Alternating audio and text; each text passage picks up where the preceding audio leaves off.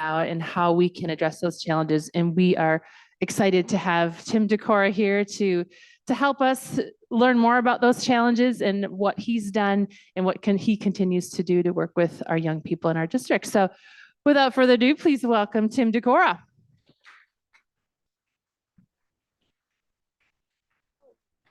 The great Tim DeCora. I made sure to tell her that I needed to be prefaced with the great. So plenty of familiar faces. So I am going to go ahead and get started. I got myself a prop, which I didn't have the last couple of times, but I'm going to just read it here a little bit just to make sure I don't forget anything. So good evening and welcome. My name is Tim DeCora. Tonight I'm going to tell parts of my story and I hope I can give you a little insight as to where this all started. In order for me to get the help that I needed with anxiety, I had to tell somebody, and that was a psychiatrist in December of 2021. I had to take some time off of school, and for the first time, I thought to myself, this is a big problem for me, and I need to get some help. So before I tell my story, I need to thank a couple of folks. The first gal back there is Michelle McGrath, and I hope I get this right. The Waunakee Community Cares Coalition. So can we give a little round of applause to Michelle back there?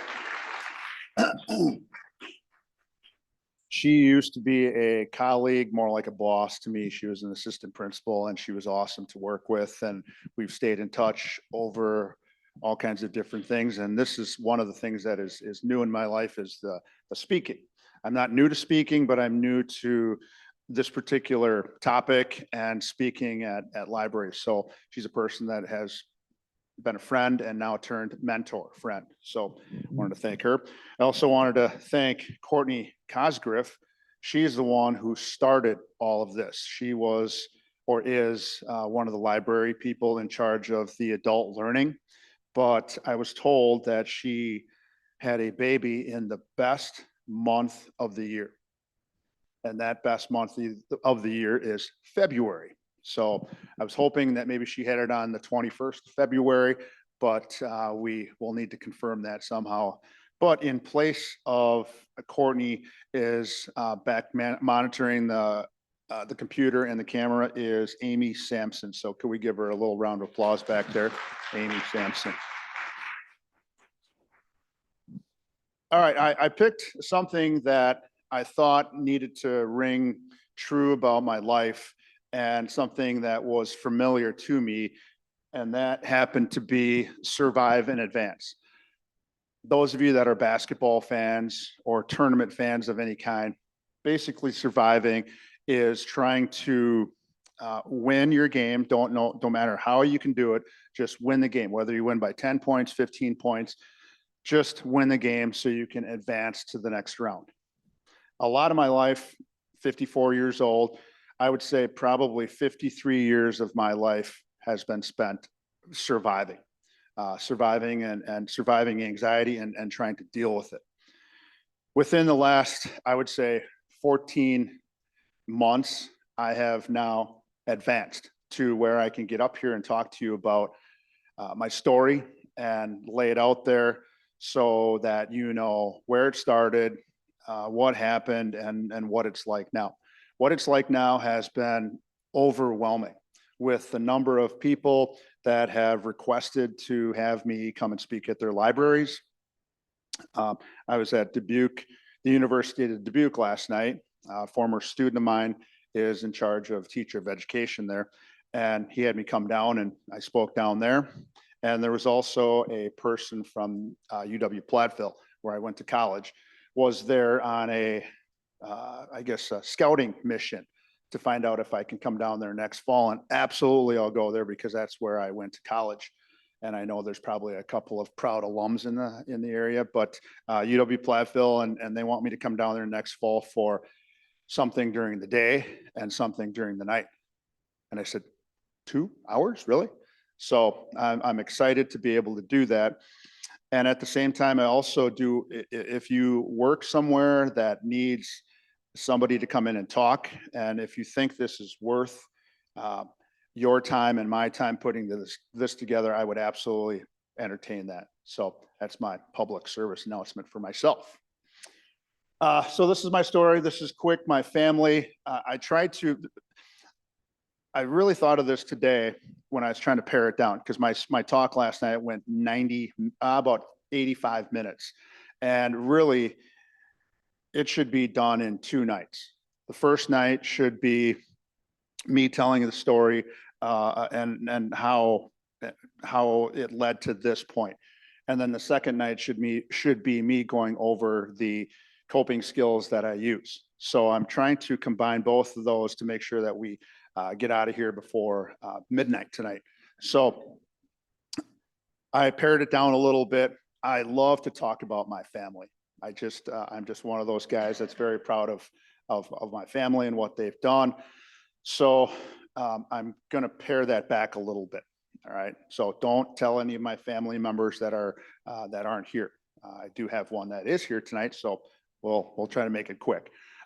So starting over here, the 2 people that are bookending are my 2 sons. This is my son Will, and then my son Sam is on the far side. Will is here tonight.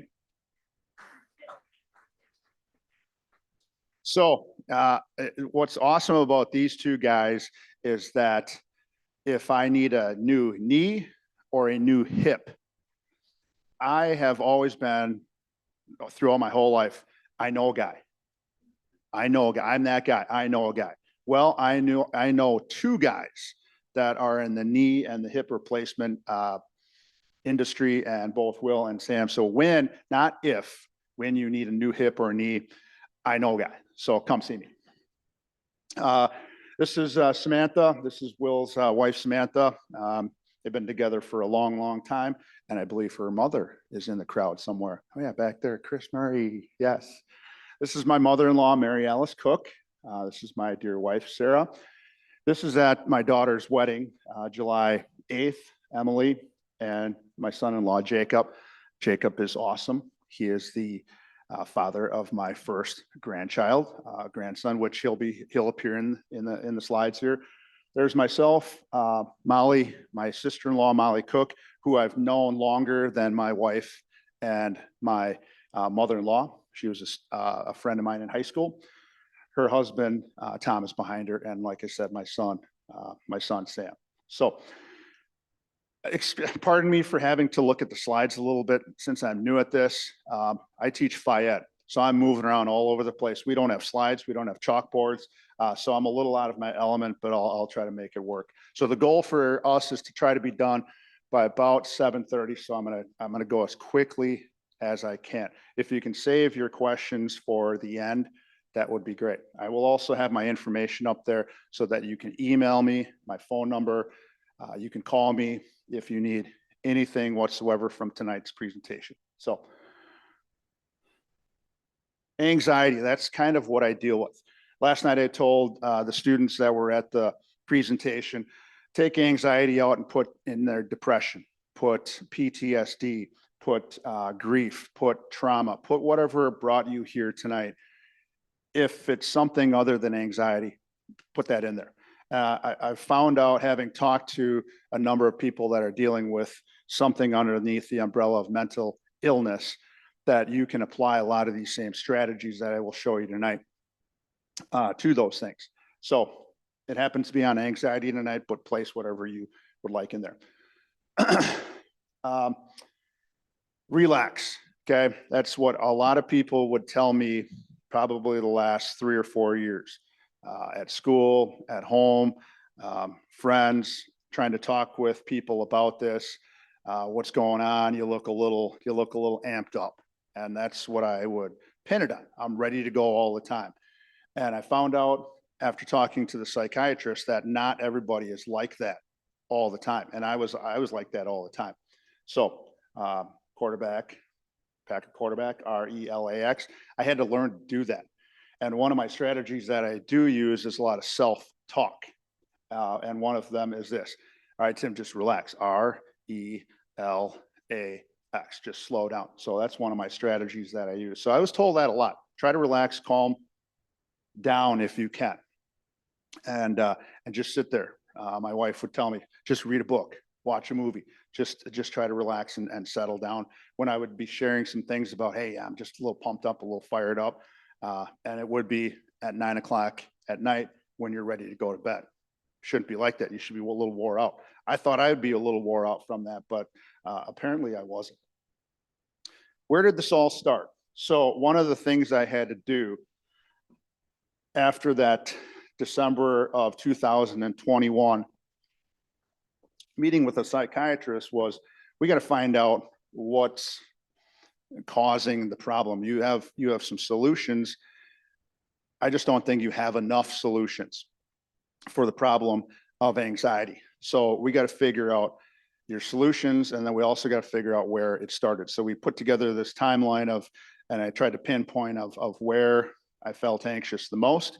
For me, it was easy to figure out, and that was a couple of panic attacks I had, and then what led up to those.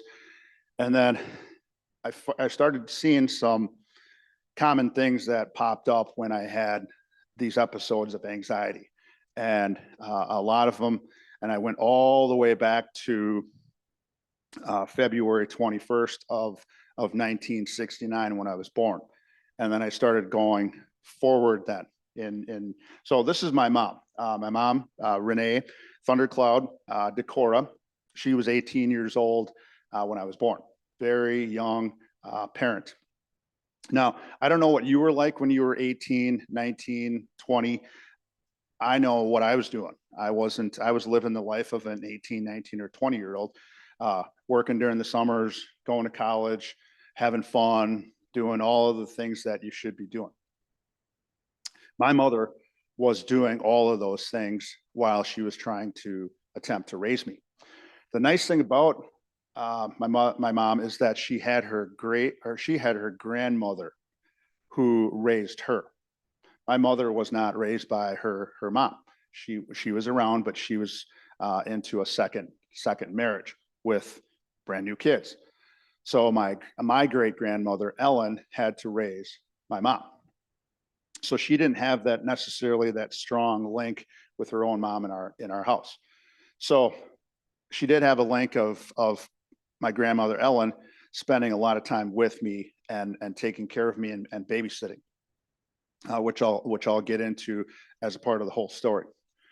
But again, February of 1969, I entered the world. I'm a big chili guy, as you can tell. That's chili in my bowl. And I said to the kids at Dubuque last night, look at this guy. Doesn't he looks cute. His hair's a little bit long. It's probably right for the times, covering up the ears. I'm smiling. Somebody, I don't even remember who took this picture, said, hey, smile. And I love chili, by the way.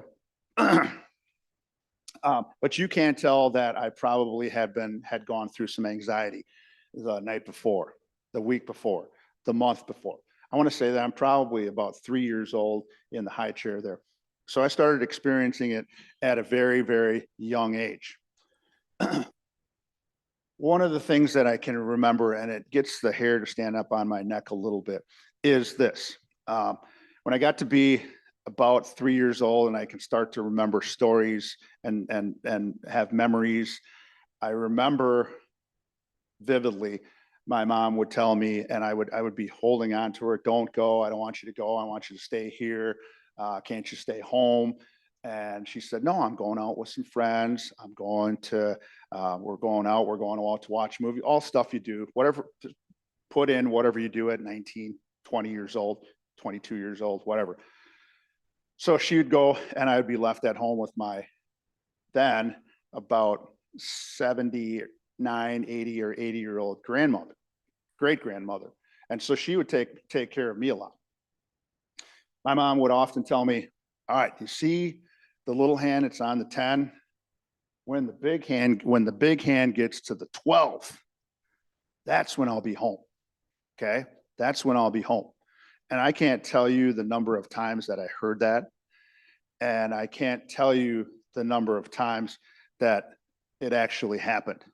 It probably happened a couple times, but it didn't happen more times than it did. I would get out of bed, hustle down, and go and put my elbows on the windowsill. And we lived in kind of a little bit of a neighborhood. There would be cars coming. I would see the lights, and all right, here she comes. Here she comes. And I would see the car drive by, and 6, 7 cars. And finally, that big hand would get to the 12. And I was optimistic. I thought, okay, she's coming home. She said she was coming home. It's my mom. And I would go past that 12 to 3 to 6.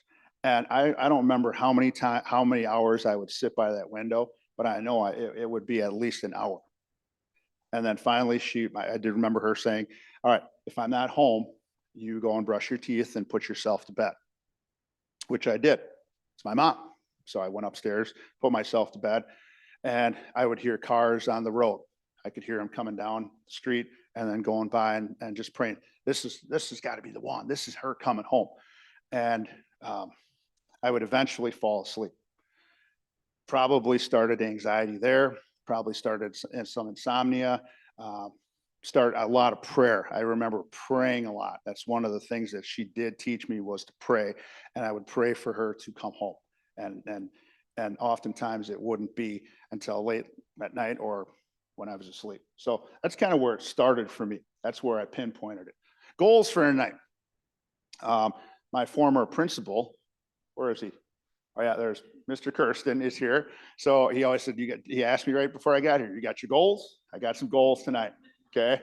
So my goal is to tell my story in a shrunk down version so that you're not all here way into the evening. So I want to tell my story. I hope I make you glad that you came to hear this, because some of you may have heard about it on Facebook or talking to friends. I definitely know some of you that are here have heard it from other people. So, hey, I'm glad you came, and I hope I make you glad you attended. To show you how life has become manageable in about the last 489 days, things have been fantastic, which is why I'm sharing this gift I have been given, that was given to me, and these coping skills. And I want to share those with people that also may struggle. Or if you're here for somebody else that struggles, these are some things that you can take to them and try and use. Coping skills. One of the things I did not have is I did not really have any coping skills. Nobody sat me down and said, okay, this is what you need to do if your mom doesn't come home when the big hand gets on the 12. Here's what you can do. Here's what you can do when some of those same things crop up in the late 90s and the early 2000s. Here's what you can do. I didn't have any coping skills. The coping skills that I had were not the healthiest for me, mentally, emotionally, physically. So I had to come up with some different coping skills. The coping skill I had still is there, which I'll talk about a little bit, is still there, but it's deep down on the list of coping skills. I do know it works. It's readily available, but it's deep down in that list of coping skills that I have. Also, give a face to mental illness. Okay. And no, it is not my grandson, Rory Robert Peters. He does not experience mental illness, nor will he go life without coping skills. If he falls down, I'm not going to pick him up and say, hey, come on, toughen up. Be tough. Don't cry. I still may fabric that into the fabric, but I will talk to him about some of the coping skills that I will share tonight. Hey, let's look at a couple of what can we see in the room as he's sniffling and crying? What are some things we can touch? What are some things we can hear? Come on, stop crying. So those are some of the things that I hope to be able to share with him, and he hopefully won't have to go through some of the same things I did. So I'll face the mental illness. Who am I? So I'm a teacher and a coach. I've been teaching and coaching for 31 years. It's hard to believe that. And I know there are some of you in the crowd, and you're looking at me and you're probably thinking to yourself, he looks more like he's 31 than he's been teaching for 31 years. Okay. So actually heard that. So small little town called Hillsborough. We had 180 students in the high school. Gave me my first job. Thank Mr. Stelkoff for doing that in the fall of 1992. And then I came here to Wanakee in 1995, 96. Went through an interview with a young, striking looking man, and I worked with him for about 25 years back over there. He's got gray hair now. It used to be dark brunette. So Wanakee High School, I've been both at Prairie. I taught at the middle school, but mostly my time has been spent at the high school teaching Phi Ed. I've coached basketball, both boys and girls, and I've also coached football. I have yet to do anything else, but those are my things that I really love to do. As I said before, that's my family. This happens to be my son Will and Samantha's wedding, and I shouldn't say horrible, but right here, the best man in that wedding. You'll never believe what happened to him. You'll never believe what happened to him the week before he had to give the brother best man speech. He got COVID. So I don't know if I can get the rights to that, and I do have them, I guess. I would love to put that out there because it still gives me chills when I see it piped in on the video screen because he couldn't be at the reception. But he was magnificent. He's a great writer, but he delivered and it was spot on. And there wasn't a dry eye in the place. So I still get a little teary thinking about that. But there's my family, husband, father, and grandfather as well, to that guy. So you can see him, Rory Robert Peters. A lot of R's in there, but what the heck, he's special. I'm also a lifelong learner. I have now changed my focus from teaching and coaching, even though that still is there. My focus is now on mental illness, anxiety, coping skills, and how people get through tough situations like I had to. So I've been reading a lot of books, dealing with all of those things underneath that umbrella. And I'm really finding out a lot of things, how people are able to survive and be successful. Genuinely curious. I still like to know what's going on in people's lives. I'm one of those guys that we can go to a restaurant and I can be best buddies with the person sitting next to me after 5 minutes of sitting there. So I'm genuinely curious about people and how they've come to be. And of course, I'm a grandpa. I will probably have a cane. I don't think I'll be bald, nor will I have a pipe in my hand, but I will be old someday. I am also a former high school and college athlete. And I think I have this out there before, the academic part, because this is actually what saved probably my life and got me to this point. Playing high school football, playing high school basketball, and I also played college basketball. So we'll get into that a little bit. But you can achieve some success if you have the right kinds of things happen. And for me, influence of community members in the community I grew up, I'm pretty sure people knew about my situation growing up. And so I had a lot of father figures that really helped me along the way, as well as coaches and teachers really took a liking to me. And then you also have to want to be coached and taught. I satisfied one of those two. I love to be coached. And I love teachers, but I just was not the greatest student, but I did well enough to get out of there. High school grad, also an undergrad, UW-Platteville. And then this is from 2017, about a week before Will and Samantha graduated. I went through the ceremony after I completed 88 Thursdays of my graduate program. I wanted to try to undermine Brian Kirsten as much as I can to run him out of there and become the principal and do it my way. But I didn't want to. The reason I didn't want to is because in order to get my diploma inside the jacket was I had to write a paper. It's called a capstone. They wanted 40 to 60 pages of this thing. and you had to come up with some kind of project in 40 to 60 pages. And I absolutely detest, I abhor writing. I don't like to do it at all. So anxiety intervened. My friend who's been by my side ever since I can remember, really intervened, and I became anxious about it. And I said, you know what, I'm not going to do it. I don't want to become a principal. I am not going to do it. I'm just not going to finish, and put it off to the side. And that went really well for about a year or two. I don't quit, and I'll talk about that a little bit too. I'm not a quitter. I'm pretty loyal, and it just ate at me. Also, my wife was kicking me in the rear end. Come on, you got just finish that. Just do it. And I put it aside, and that was probably one of the 3 or 4 things that was nipping at my heels with the anxiety. And I would think about that paper, and I would get sick. I would do everything but get sick, throw up. I was just, my pulse would race. I would feel nauseous thinking about that thing. Finally, in September of 2022, a couple months ago, I called up Concordia and I said, hey, I got to finish this.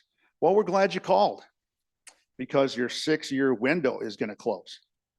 And so I said, okay, what do I need to do? And they told me what I needed to do. And it didn't include writing a 40 to 60 page paper, by the way, in third person, not in first person, third person. So I had to give a presentation about 75 minutes on a program I'll talk about in a little bit. And I got it. I got, right before we went on spring break, after a talk I did in Mount Horeb, a big envelope showed up at my house, and it said Concordia University out of Mequon. And I grabbed it and I said, oh, tore it open like it was a Christmas present.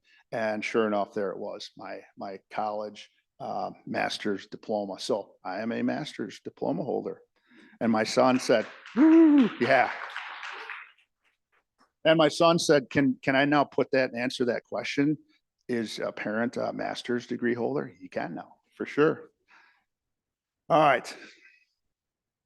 I'm also a Hall of Fame member. Okay, again, you can do a lot of these things despite some of these things that I had.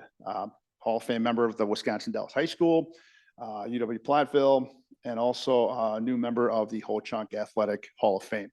A couple people here real quick is basically my sister. She's a cousin, but in the Native American way of looking at things, she's actually my sister. So it's that she refers me as she refers to me as a brother. I refer to her as my sister. And then over here, this gentleman, his name's Jim Weiland. I am proud to say that he got in. He is not Native. He's not Ho-Chunk. He got in because he works in the Dells School District, and he's coached a lot of the Native kids that come through here. So they decided to induct him into the Hall of Fame. What's awesome about him is that he had quadruple bypass surgery last Friday, and he got released on Monday. So he's all good to go. Unfortunately, he said, you're going to have to deal with me for another 18 or 20 years, because they said that.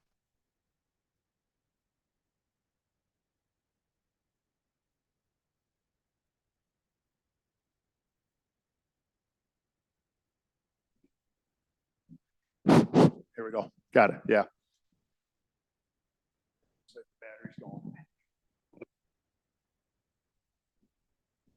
All right, we got a full charge. So most recently, I suffer from something called, this is the diagnosis that I got from the psychiatrist.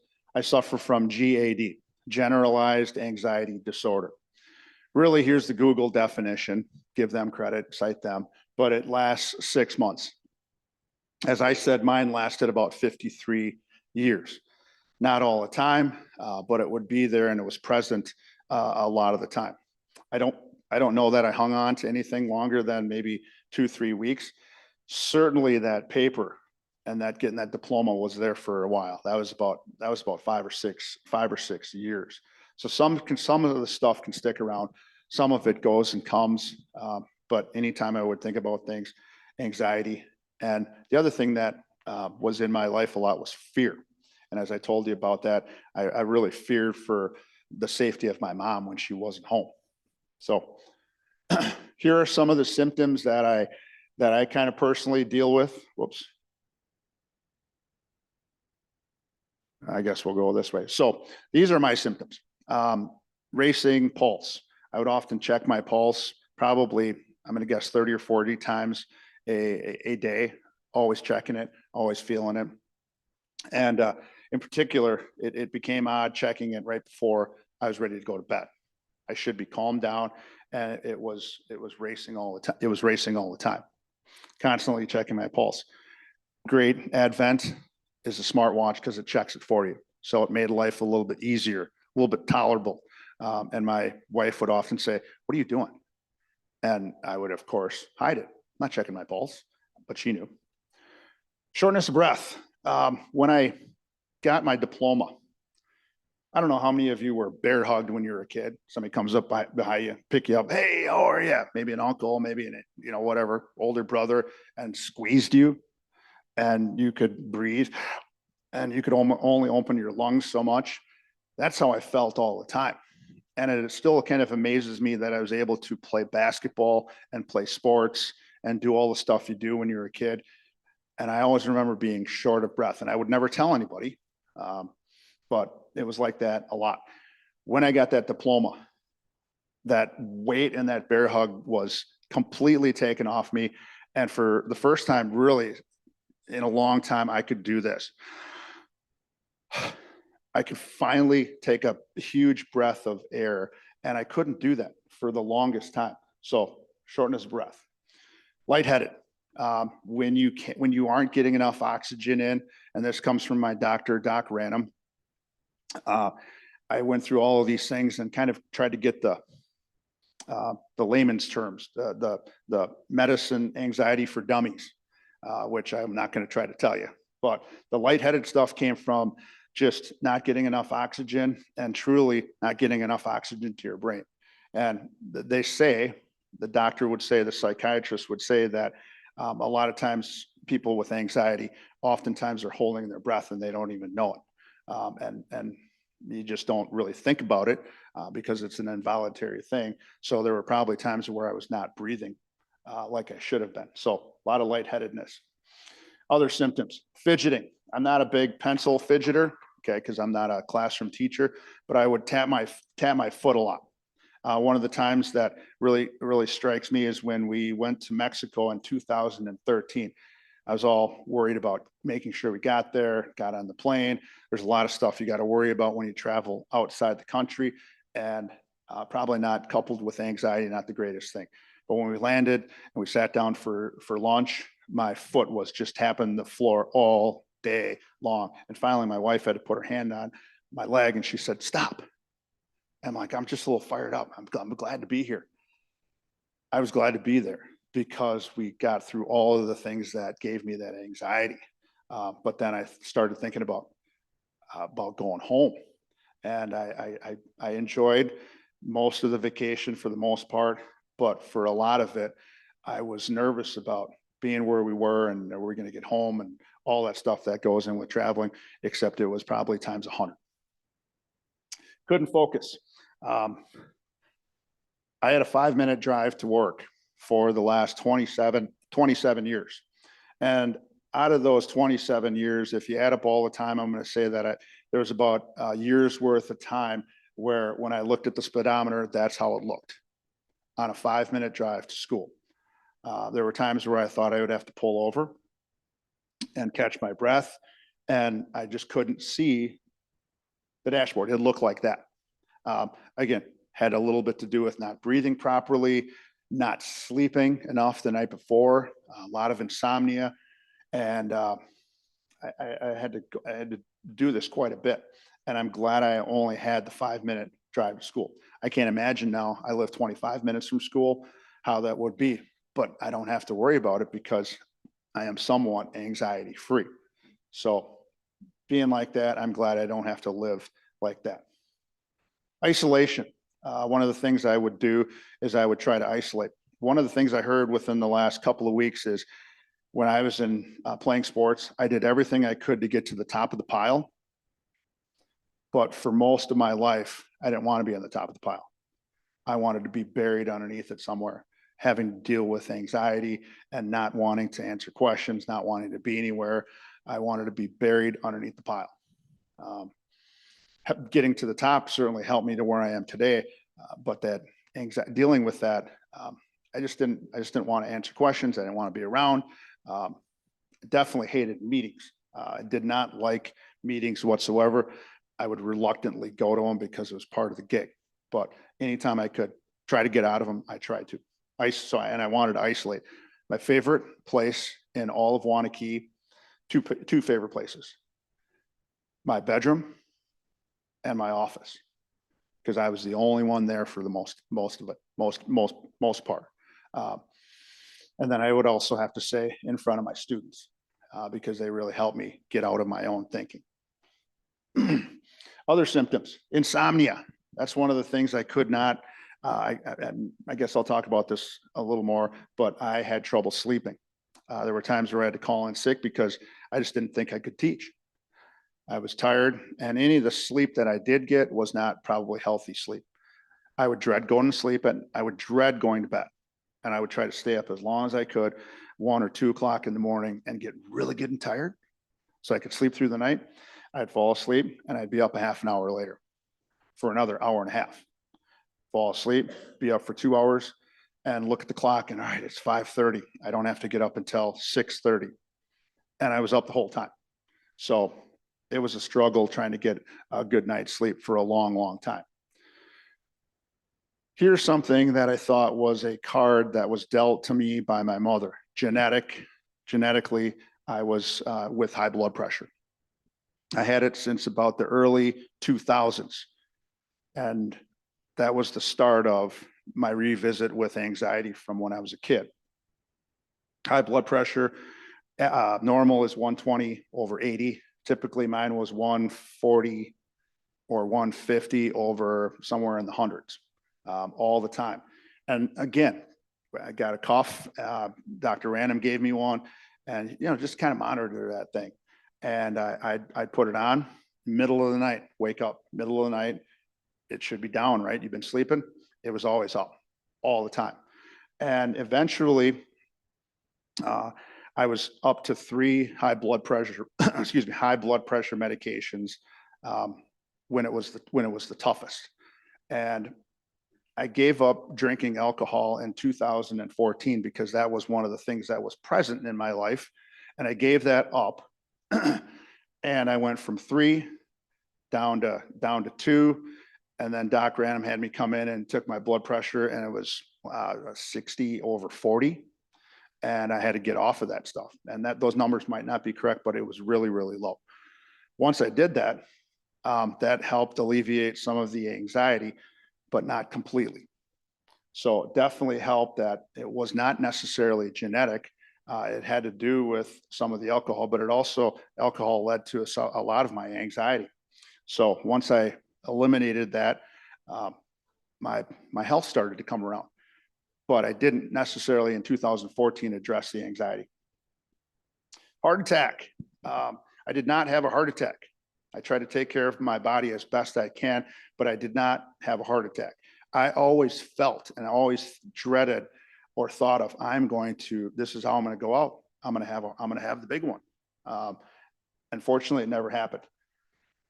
I needed some coping skills. That's what I needed to go to in order to stave these off, and that's what I did not have. So a little crowd participation. Where are we?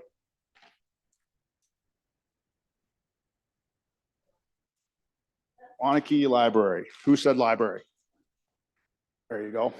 Okay, we're gonna go quickly through this. Oh, shoot. We are not in Dubuque. What did I do? Hold on. Whoops.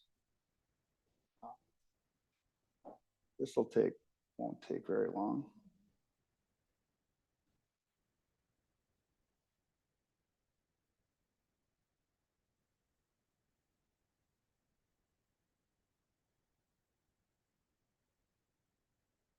Michelle, can you help me?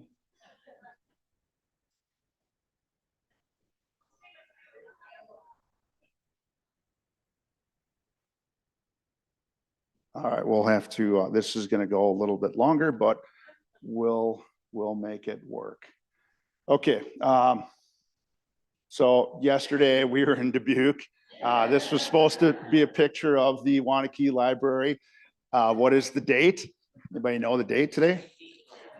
19th. There you go. How are you? All right. So it's the 18th was last night. What time is it? 7. Who said 7:10? All right. We're a little behind, but we're gonna hustle. I was at the University of Dubuque last night. Great little campus. So these were some of my triggers, and it's different for all people depending upon what started it for you. A lot of for me was neglect, loneliness. I had to deal with a lot of grief growing up. Alcoholism was part of my family. Worry, fear.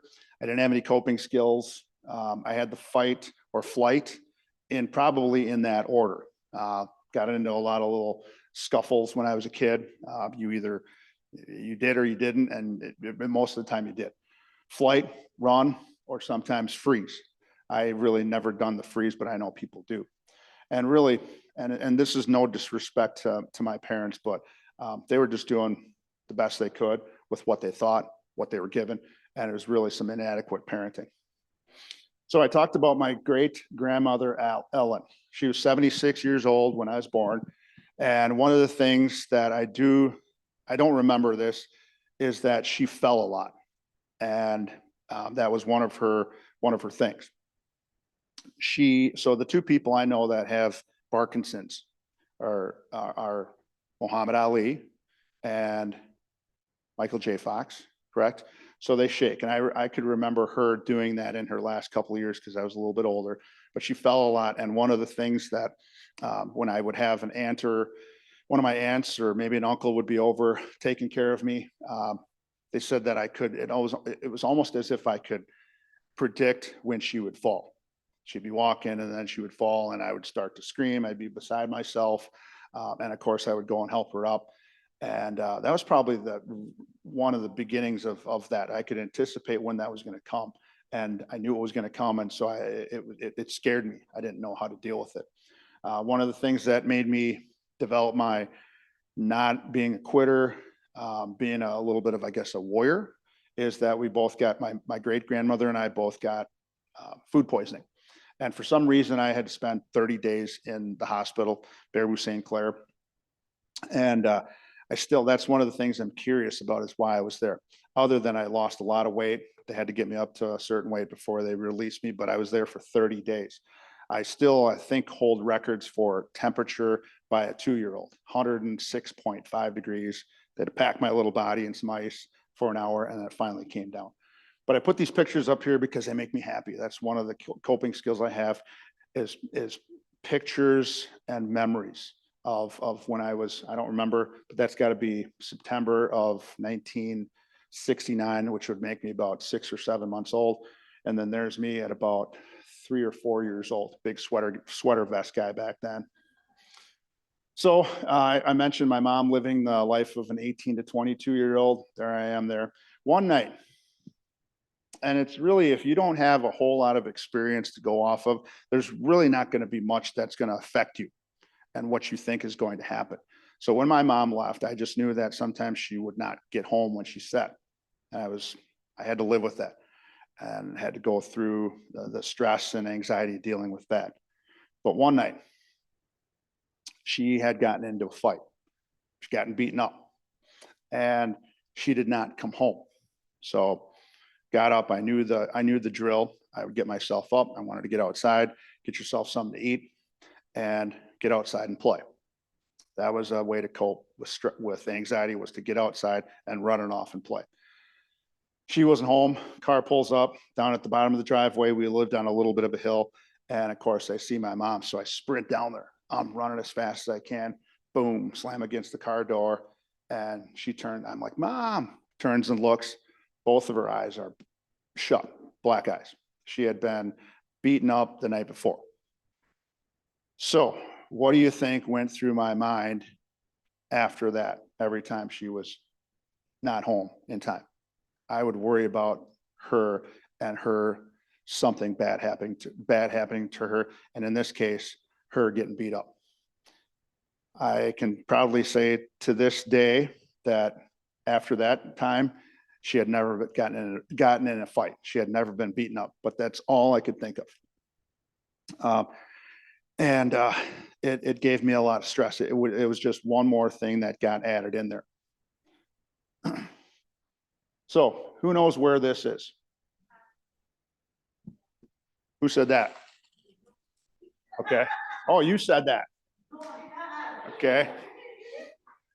So another coping skill is I think about memories. My wife and I grew up in Wisconsin Dells. We did not ski. I was not on top of the pyramid. We did not drive the ducks. We were not lifeguards. We sold the tickets. We put the people in the stands, my wife, and that's where we met, was working in the Dells. We're both from the Dells. Have you been here? Yes. There you go. Young fella. Okay. Been there. All right. Give me just somebody who hasn't gotten a sucker yet. Give me a memory of the Dells. Fort Dells. Yes. That's where your in-law worked. Sarah worked at Fort Dells. Anybody else? Tommy Bartlett's. There you go. And one more memory. Anybody? Mount Olympus. Yes. So some things that you can think about. Get yourself out of some anxiety. That's the nice thing about having phones, is you can open them up and you've got all kinds of memories in there, and just try to switch your thoughts. Pictures will do that for you. Thoughts, smells, something, touch. When I have a basketball in my hand, I think I'm back in the '87 state championship game, shooting free throws. I just love the feel of a basketball hand in my hand, and also football. I love throwing the football. Something I can taste. One of the things that always pops into my mind about taste and good memories is, how many of you have been to the state fair in Milwaukee? And they take the corn, it still has the husk on it, and they have these coffee cans, and you dip the corn in there, and then they have these salt shakers hanging. I love that. And I think about that now, and it reminds me of being about 5 or 6 years old, going to the state fair with my grandparents, hearing something. Ironically, we got a note in our emails today about a tornado drill tomorrow. And when that tornado, that fire drill, that horn goes off, I know I got to jump and do something. I got to move somewhere. So hearing something, not necessarily a good memory about that, but it tells me I got to go somewhere, because good things may not be happening. So significant events. I haven't talked about my dad much, and I won't talk about my dad much, because we don't have a good relationship at all. It's pretty much non-existent. But in 1977, when I was about 8 or 9 years old, my mom and dad got married, and he moved into our house. And I needed to have a male role model in my life.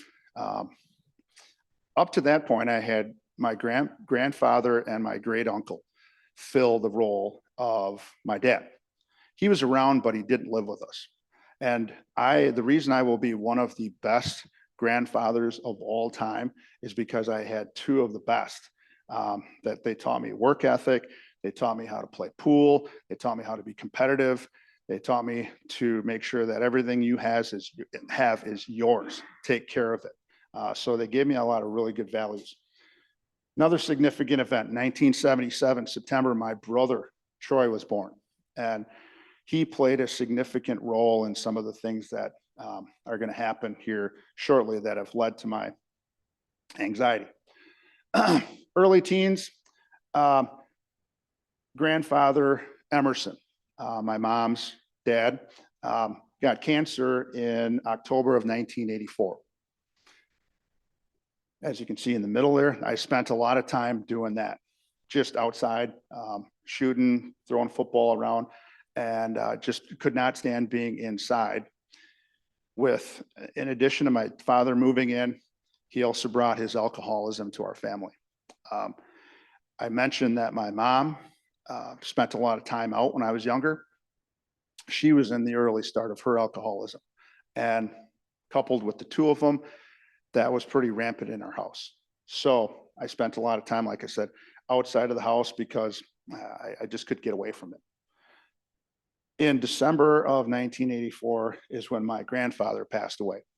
The reason I bring him up is because most of the time when I was growing up, we A, didn't have a phone, and B, we typically didn't have a car, and we lived about 7 or 8 miles out of town. My grandfather, Emerson, would pick me up after practice. I'd ride the bus to school. He'd pick me up. He made sure I had the shoes just like everybody else had on the team. He also made sure that I got picked up and taken home. When he passed away in 1984, nobody asked if I was doing okay. None of my coaches, none of my teachers, none of my parents, relatives asked me if I was okay. I just had to be tough. In the face of him passing away, I just had to be tough. And it's not a coping skill to have, because what do I need to do to be tough? I went to the coping skill that I had then, and that was sports and school and friendships. But how was I going to get home from practices if he wasn't alive? So I moved in with my Uncle Sam. My Uncle Sam lived about 4 or 5 blocks from the high school in downtown Dells. And I had to move in with my Uncle Sam's family, my Aunt Rose, and my cousin, brother, Matt. Like I said, in 1977, my brother was born. 1984, 7 years. For 7 years, I took care of him pretty consistently. I made sure that he was changed, diapers were changed, made sure he was fed maybe half the time, made sure that he got up for the school, made sure he had food in his belly, and made sure we both got on the school bus. I left him behind. And having to deal with leaving your parents and going to live with your uncle sounds great to this. I mean, then it sounded great. To me now as an adult, doesn't sound great at all. Matter of fact, they have a label for that in school, and I would have been labeled as homeless. So I was technically homeless, and then I also had to leave my brother behind. And I would constantly worry about him having to deal with my parents. Is he safe? Why don't you just call him? Remember I said we don't have a phone.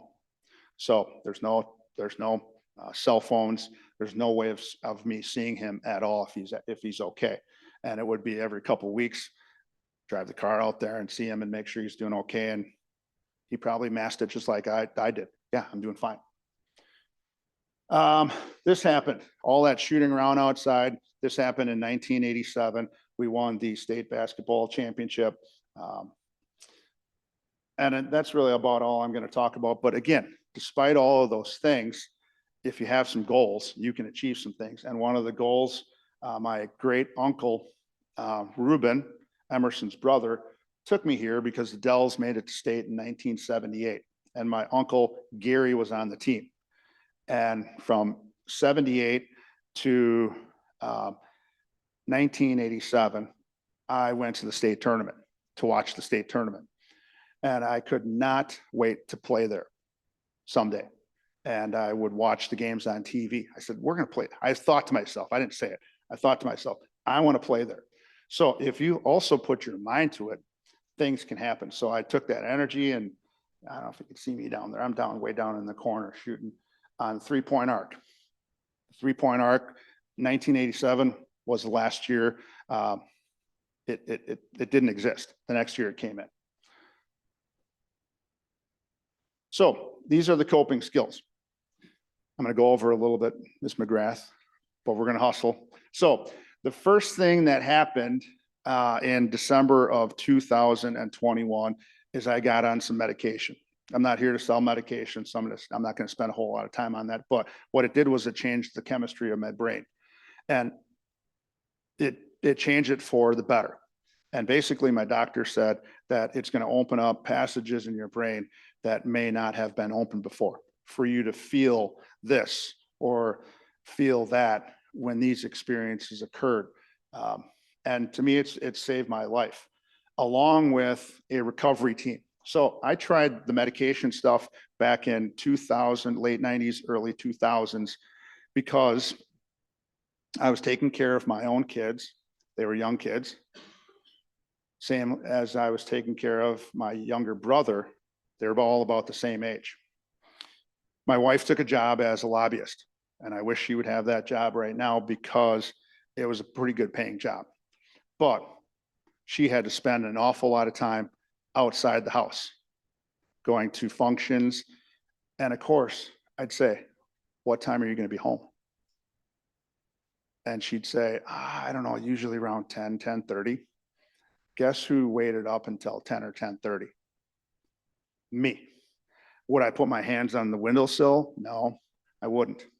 Would I go lay down and flip flop around wondering when she was coming home? Yes. So 1999 or 2000 was when all of those feelings started to come back to me, and insomnia and my anxiety really kicked in. One of the things that I did not have is I did not have a counselor. I did not have friends who understood. I did not have people in recovery. And I certainly wasn't being honest with my doctor. Fast forward to 2021, I have all of those. Friends who understand, a counselor, a recovery team, and a doctor who definitely knows now because I am not trying to cover anything up. One of the things that I do that works out great for me is I get present. Where are we? We're not at the University of Dubuque, but we're here at the library, okay? I'm in Wanakee. I'm here talking to some great people from the community and friends and family, okay? So I get myself present. When I was anxious, I was never, I shouldn't say never present, but I was oftentimes checked out because I was fear and dread about the future. Wish I would have did this last year. Wish I would have did that. I was rarely in the present. I was thinking about the future and the past. So now I am more present. And home of the Spartans, Dubuque, in case you were wondering what Dubuque's called. Meditate, 5 to 10 minutes. Matter of fact, before I came here at about 5:30, I put my headphones in and I flipped on a YouTube meditation. And I learned to meditate from this gal right here. Her name is Gen Kelsing Gamlan. She works at the Kadampa Meditation Center on Park Street.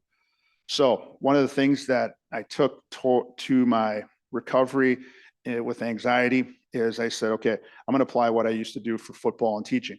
I'm going to go and find the best football coach or the best basketball coach and learn what they do and apply that here. Best teachers, I'm going to do the same thing. For meditation, I could only think of Buddhists, and it's meditation center in Madison. And this lady taught me how to meditate. It's a spiritual thing. It's not necessarily a religion.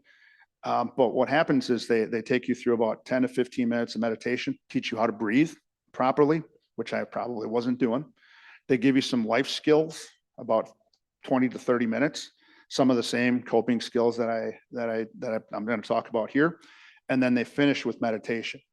So now when I do the YouTube, it makes sense. Somebody used to tell me, try the YouTube to get your anxiety down, and I would do it, and it just didn't make as much sense as it does now. And I thank this lady, and unfortunately, they did a little swap. She is now in Florida, and there's a new person at this center, but he's just as good. Exercise, cardio, big cardio guy. I'm not as much of the weight room anymore, but a lot of cardio. I keep my heart strong because I need to be around for all these grandkids. Survival, acknowledge the signs. Those are a lot of my signs. When I start to get fear, when I start to worry, racing pulse, I got to know what to do, and I go to the coping skills. I get present. I do some meditation, and I'll do a couple other ones. I will think about a positive, enjoyable experience I had. It was fun. Who doesn't like going to the water slides? I'm one of the guys that does. So I think about fun, positive experiences. Two sides of the coin. So there's two sides of a coin, heads and tails. I often spent most of my 53 years thinking about the negative. What's going to happen? Quick story.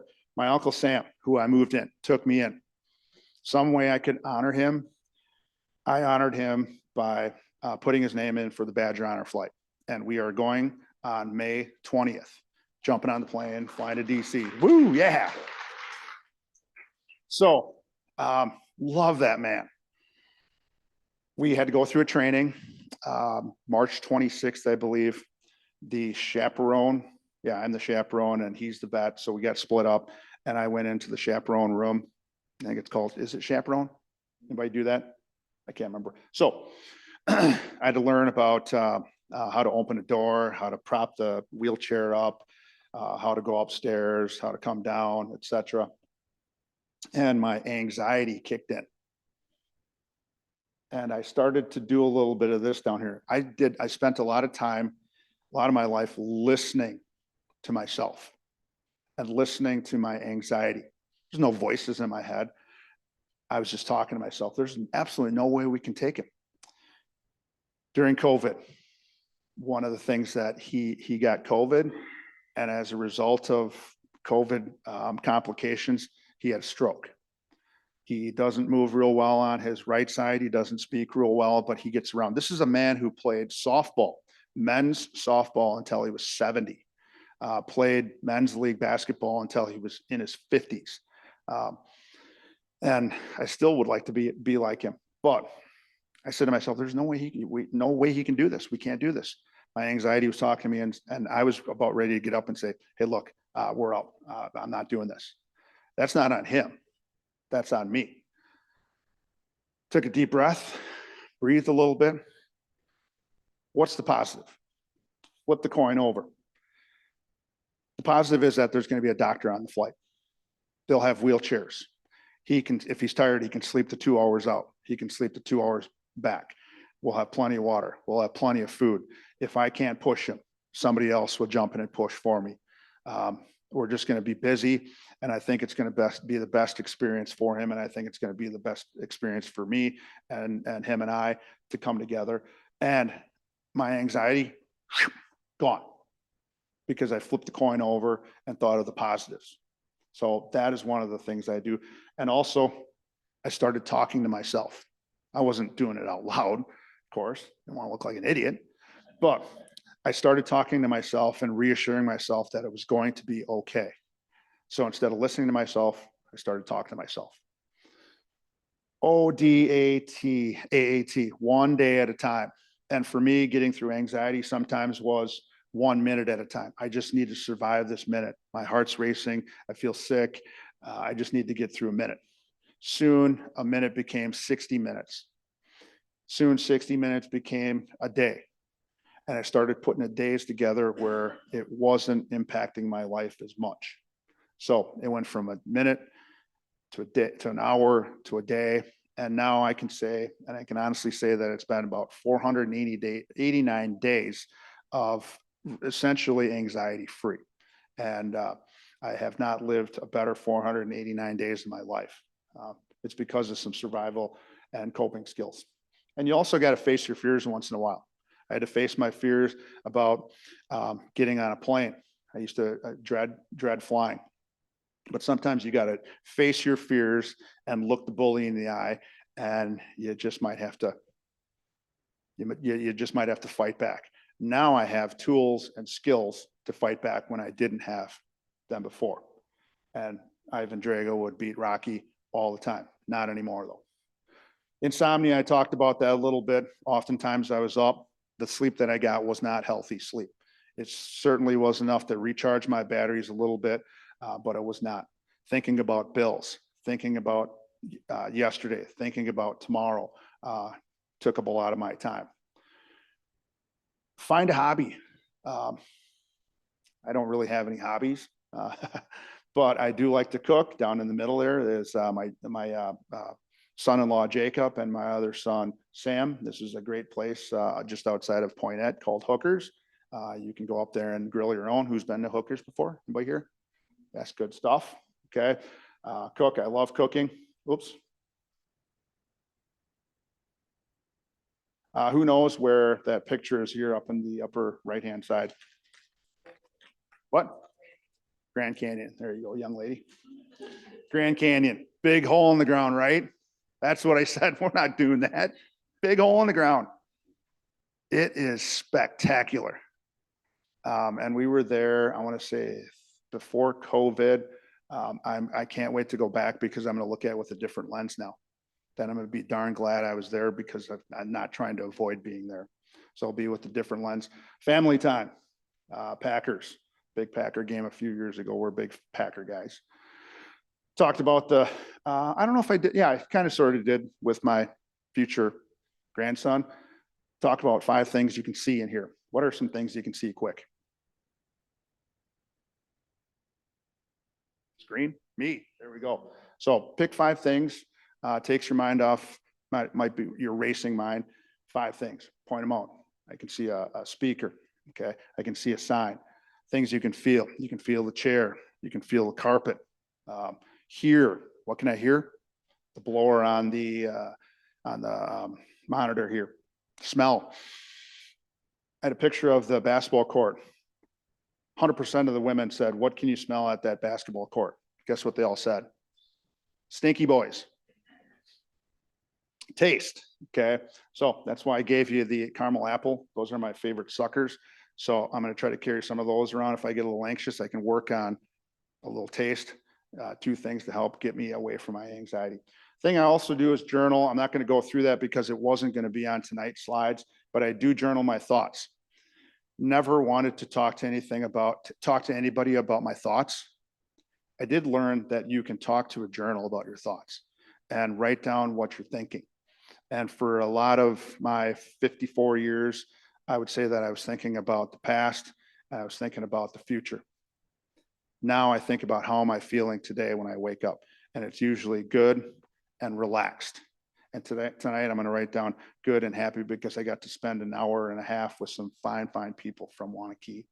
And I can also review my day. I need to do that a little more because I'm getting to be that age where I forgot what I did last week. I can just pull out that journal and I can figure that out. So I also do some service work. They do pay you for the service work I referee. Anybody know the guy in red? Jocko, there you go. Make sure that doesn't stick to your dental work, Todd.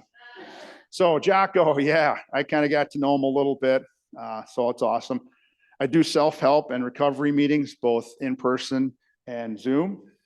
And I'll go behind the screen here. Does anybody know this guy? Who said that? Oh, yes, that's my college basketball coach. My claim to fame is Coach Ryan was my coach, and Coach Ryan was also Will's coach for a year. So NAMI, National Alliance on Mental Illness, has a ton of resources. So if you get absolutely nothing out of Tim DeCore tonight, you can reach out to NAMI. They have a lot of resources to cover that big mental illness umbrella underneath there. Different anonymous groups, Eating Anonymous, Narcotics Anonymous, Alcoholics Anonymous, Al-Anon. I've been to all of them and I've stolen things from them to try to help me deal with what I'm going through, and then certainly counseling. Here is one thing. This is what I did my master's presentation on, is it's a support group.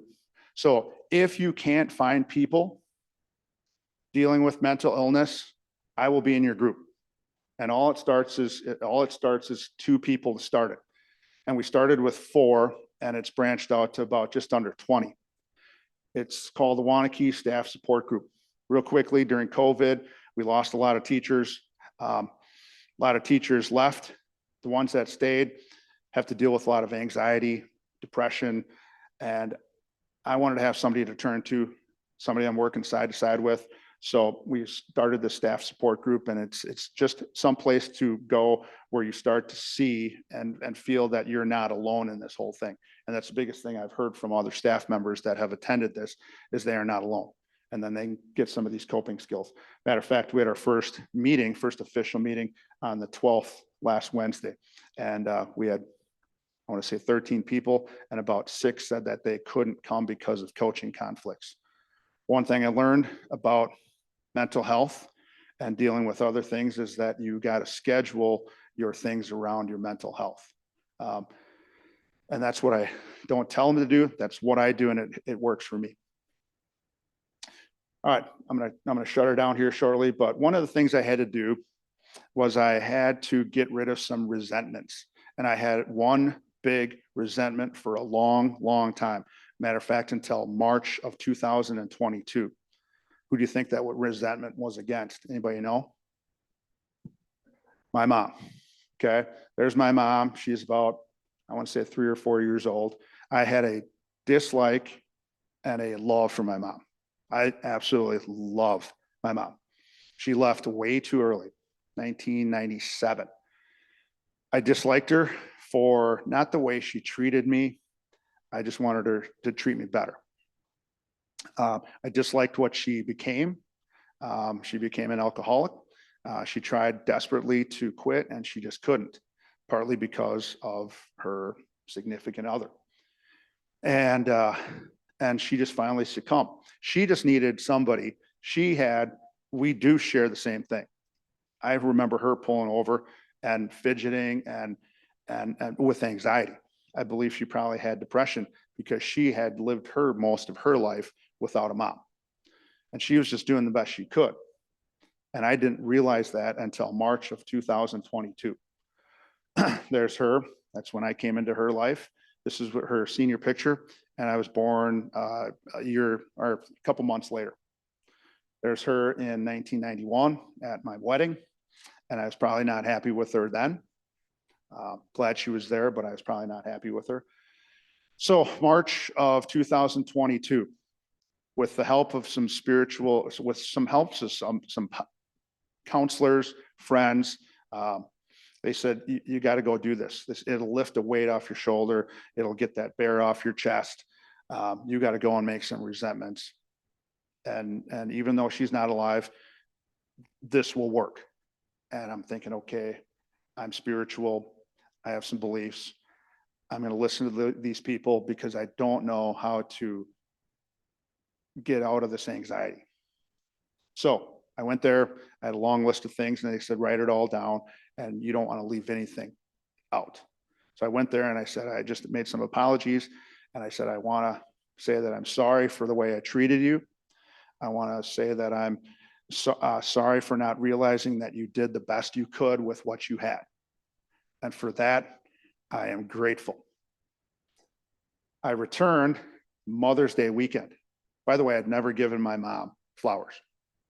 I told her Happy Mother's Day, maybe gave her a card, but I never gave her flowers. Oh, not sure how that happened, but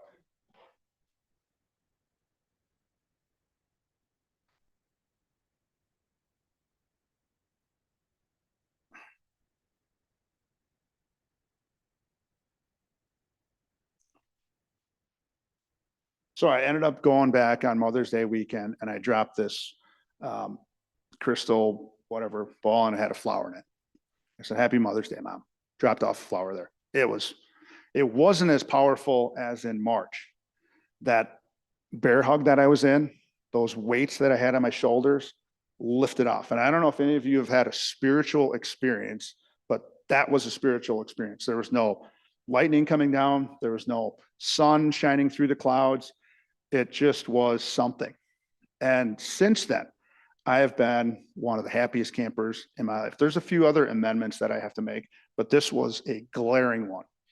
And when I did this, and I would recommend that if you can do it with someone who's passed away, someone who's still alive, the anxiety in me says, I wish I would have did this earlier.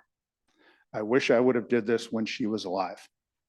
And I think to myself, would she still be alive? Maybe. But all she needed was a little love and a little hug, and I just wasn't there for her. But I think she was there for me, and she took that bear hug off me and those weights off my shoulder, and I have not felt better in a long time.